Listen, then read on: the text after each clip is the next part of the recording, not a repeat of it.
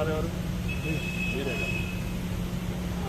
మీకు నేను ఎంఎస్పీకి ఇవ్వాలా, ఎంత మాయిశ్చర్ ఉన్నా మీరు కొంటారు అంతే కదా.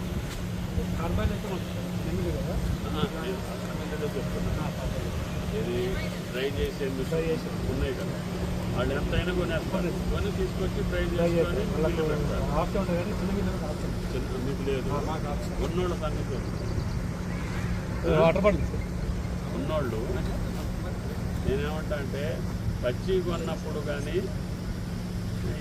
ఆరబెట్టి అమ్మినోడు, పచ్చి అమ్మిన రైతుకి ఆరబెట్టిన అమ్మిన రైతుకి ఎంత తేడా వస్తుంది?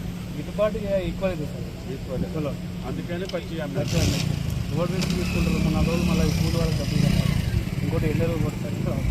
అట్లా ఇబ్బంది పడకుండా రైతులు దయచేసి